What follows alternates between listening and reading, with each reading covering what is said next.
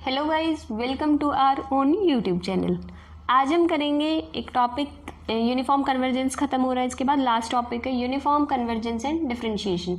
चारों टॉपिक हो जाएंगे यहाँ।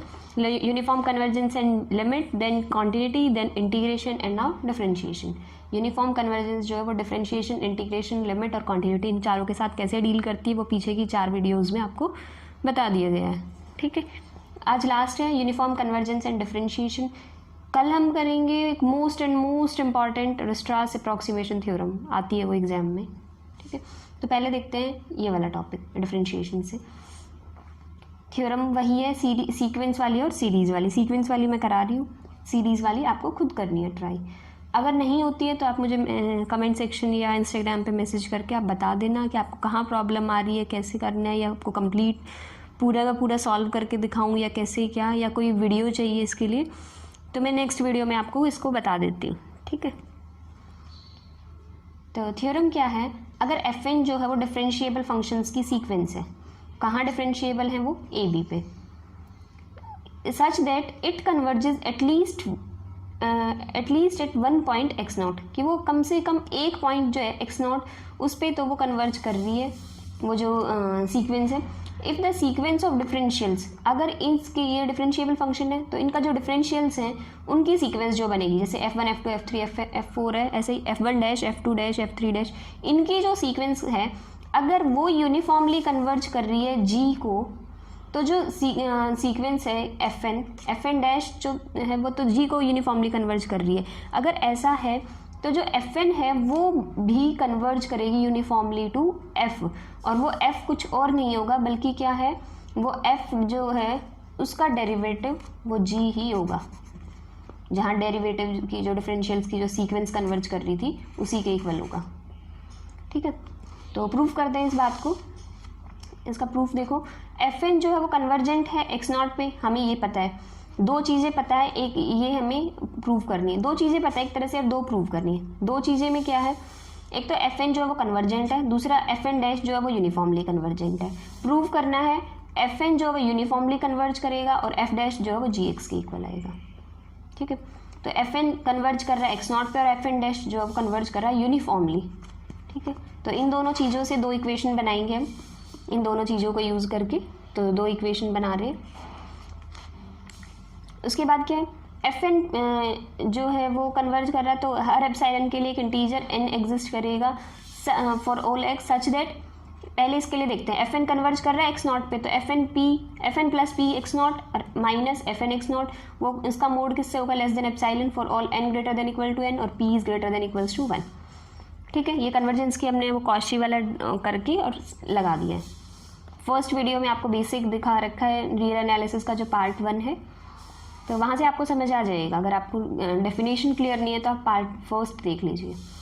फिर हमें दूसरी चीज़ पता है, fn डैश जो है वो कन्वर्ज कर रही है यूनिफॉर्मली, तो यूनिफॉर्म कन्वर्जेंस की डेफिनेशन लगाई, fn plus p dash x minus fn dash x is less than epsilon by 2 into b minus a। आपको ये आगे पता चल जाएगा ये b माइनस a क्यों लिया जाता है, ये हमारे ऊपर है कि आगे हमें किस तरह की फॉर्मेशन चाहिएगी, उसके अकॉर्डिंग हम ये एप्सिलॉन की फॉर्मेशन लेते हैं। ठीक है, अब जो है fn plus p minus fn, इस पे हम लेग्रांज मीन वैल्यू थ्योरम लगाएंगे। लेग्रांज मीन वैल्यू थ्योरम और कोई दो पॉइंट्स के बीच में लगती है, जैसे हम बहुत पहले से पढ़ते हैं मीन वैल्यू थ्योरम दो पॉइंट्स के बीच में।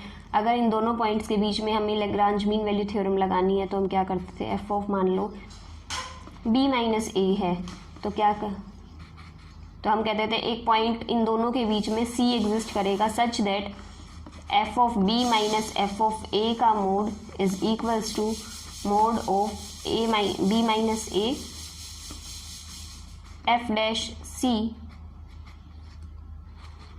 ये जो भी है f ऑफ जितनी भी जो भी टर्म्स थी वो, तो वो f डैश c।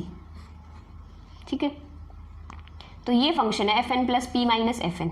इस पे अगर हम लगाना चाहते हैं Lagrange mean value theorem, point कौन से लिए, x और t, तो क्या करो, this of x minus this of t is equals to, मतलब b की जगह आपको यहाँ पे x लेना है, a की जगह आपको t लेना है, और f की जगह fn plus p minus fn, ये पूरा एक फंक्शन है। ठीक है, तो वो लेग्रांज मीन वैल्यू थ्योरम लगाई, यहाँ b माइनस a की जगह x माइनस t, और f डैश c की जगह f dash N plus P X I minus, और सी की जगह एक्स आई इन्होंने ले रखा है एक्स और टी के बीच में, ठीक है। तो अब ये ऊपर से हमें पता है ये क्या है, epsilon by 2 into B minus A. तो यहाँ से हम कह सकते हैं एप्सिलॉन बाई 2 से छोटा ही आएगा ये, क्यों? क्योंकि बी माइनस ए पूरा एक बड़ा इंटरवल है और एक्स और टी के बीच में लाई कर रहे हैं, ठीक है। तो ये जो टर्म है दिस डिवाइड बाय दिस, वो हमेशा जो है वो 1 से छोटी ही आएगी, तो इसीलिए ये एप्सिलॉन बाई 2 से छोटा लिखा, ठीक है। अब देखते हैं f n plus P x minus f n x, इसको कंसीडर करो, क्योंकि हमें चाहिए तो यही है ना कि एफ एन यूनिफॉर्मली कन्वर्ज करे, ये दिखाना है। तो इसको दिखाओ एफ एन प्लस पी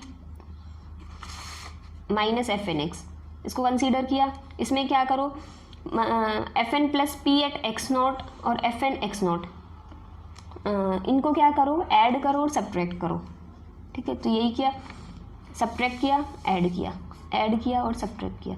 तो क्या करो, पहली 4 टर्म्स जो है ना वो एक साथ रहने दो, और पीछे की जो 2 टर्म्स हैं उनको एक साथ, इनइक्वालिटी चेंज हो जाएगी, क्योंकि प्लस पे जब तुम मोड अलग अलग करते हो तो लेस देन इक्वल टू बन जाता है, ठीक है। ये चीज़ हमने कैसे पता चले कि कौन सी वाली अलग करनी है और कौन सी वाली अलग नहीं करनी है, वो आपको ऊपर से देख के पता चल जाएगी कि कौन सी हमें टर्म्स जो है वो गिवन है, ठीक है।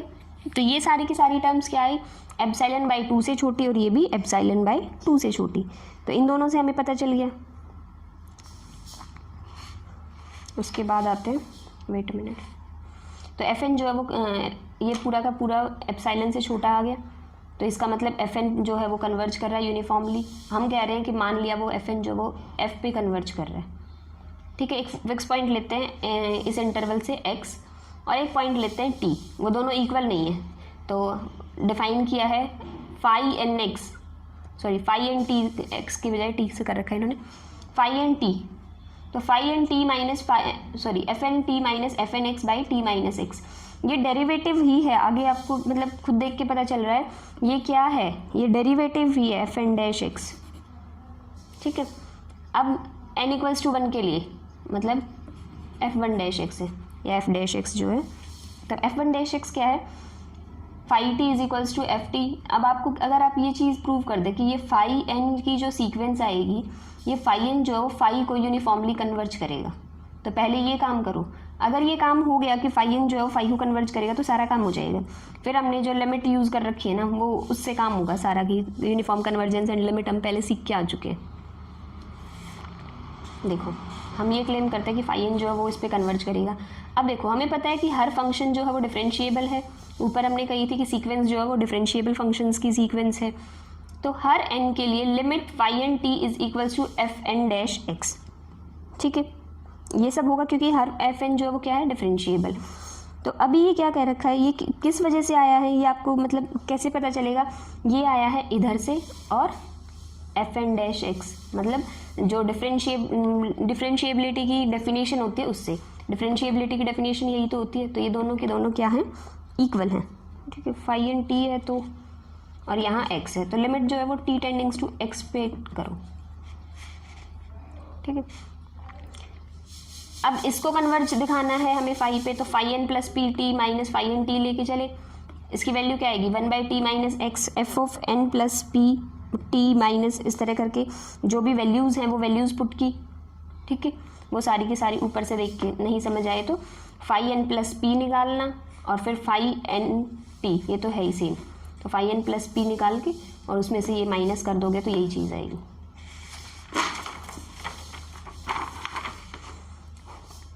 उसको एक साथ लिखा हुआ है, सिर्फ कुछ नहीं मतलब चेंज नहीं किया है हमने कुछ भी, सिर्फ एक साथ लिखा हुआ है, सेम वही है। उसके बाद हमें जब पीछे से पता चला है तो ये क्या है, इससे ये तो एज इट इज़ है, ये पूरा का पूरा T minus X epsilon by 2 into B minus A, इससे छोटा है, ठीक है। पीछे जो इक्वेशन बनाई थी उसमें सेम यही कर रखा हमने, जहाँ हमने 4 टर्म्स ली थी वो वाली, ठीक है। लैग्रांज मीन वैल्यू थ्योरम लगाई थी ना, वही है सेम। अब देखो 1/t माइनस एक्स जब तुम इतना लेके आ रहे हो तो ये किससे छोटा होगा, epsilon by 2 into B minus A, क्यों, क्योंकि ये तो इससे ये बिल्कुल सेम ही तो है, t माइनस एक्स और t माइनस एक्स, तो epsilon by 2 into B minus A. तो यहाँ से पता चल गया कि एफ आई एन टी जो है वो कन्वर्ज कर रहा है, क्योंकि वो लेस देन एप्सिलॉन आ ही गया है, कन्वर्ज कर रहा है इस इंटरवल में। अब इनकी जो सीक्वेंस है FN की वो F पे यूनिफॉर्मली कन्वर्ज कर दी थी। तो इसका मतलब क्या है कि फाई एन की जो लिमिट जब तुम अप्लाई की, तुमने फाई एन टी जो था उस पर limit N tendings to infinity apply की, तो क्या है limit N tendings to infinity phi N T की वैल्यू पुट की, फाई एन टी की वैल्यू पुट की, limit N tendings to infinity है। तो इन पे अलग अलग जब वैल्यू पुट करोगे तो ये क्या है, ये एफ टी को, ये किसको, ये एफ एक्स को, तो ये पूरी वैल्यू है क्या, ये फाई टी ही है। तो फाई एन टी जो है यूनिफॉर्मली कन्वर्ज, यहाँ से तो पता चल गया था कि phi N t uniformly converge कर रही है इस इंटरवल पे। यहाँ से पता चला कि phi N t uniformly converge कर रही है ये सीक्वेंस, लेकिन किस पे, फाई टी पे। ठीक है, तो यहाँ से इनकी दोनों की लिमिट जो है वो इक्वल आ गई। पीछे हम जो है इक्वेशन स्टार से, स्टार मैं आपको दिखा देती हूँ इक्वेशन नंबर स्टार कौन सी है। वेट अ मिनट, ये जी, ठीक है, इस चीज़ से फाई, क्योंकि limit N tending T tendings to X phi N T is equals to F N dash X था, तो वही चीज़ यहाँ यूज़ कर रखी है हमने कि ये कहाँ से आया, तो वो फाई एन टी की वैल्यू जो है यहाँ पुट कर रखी है बस। अब हमें दे रखा है एफ एन डैश जो यूनिफॉर्मली कन्वर्ट जी को कर रहा है, तो इसका मतलब क्या, जब भी तुम इस पर लिमिट अप्लाई करोगे एन टेंडिंग्स टू इन्फिनिटी तो जी एक्स की वैल्यू आएगी।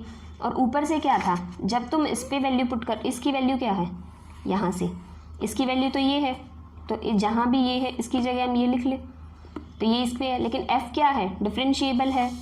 यहाँ से हमें कैसे पता चला, अगर यहाँ नहीं भी समझ आए कि ये चीज़ कैसे आ रही है, या फिर इस पर यूनिफॉर्मली कन्वर्जेंस के बाद समझ नहीं आ रहा इधर से, तो आप जो लिमिट वाला जो पॉइंट कराया था मैंने, यूनिफॉर्म कन्वर्जेंस एंड लिमिट वाली जो वीडियो है, उस वीडियो को देख सकते हो आप कि भाई सीक्वेंस कन्वर्ज करता है, और उसमें 2 पार्ट थे, तो सेकेंड पार्ट जो था ना उसी की वजह से बिल्कुल सेम है कि वो उसकी जो लिमिट है अगर वो कन्वर्ज करे तो उन दोनों की लिमिट जो है वो इक्वल आ जाती है। ठीक है, एक्स टेंडिंग्स टू एक्स नॉट करके और एन टेंडिंग्स टू इन्फिनिटी करके इक्वल होते थे। ठीक है, कुछ ऐसा ही होता था, तो ये इस वजह से आया था ऊपर वाला। I hope it's clear. उसके बाद क्या था, फाई टी जो है वो किसके इक्वल आ गया है, जब सिर्फ इसकी वैल्यू पुट की है लिमिट अप्लाई करने के बाद इसके इक्वल आ गया। अब हमें दे रखा है कि 1 मिनट, तो यहाँ से क्या आया कि जो f है वो डिफरेंशिएबल है।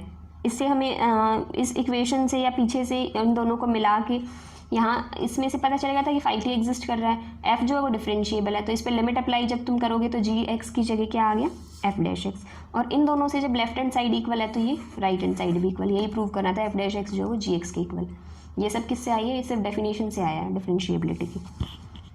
ठीक है, तो ये थी सीक्वेंस वाली। अब है सीरीज़ वाली।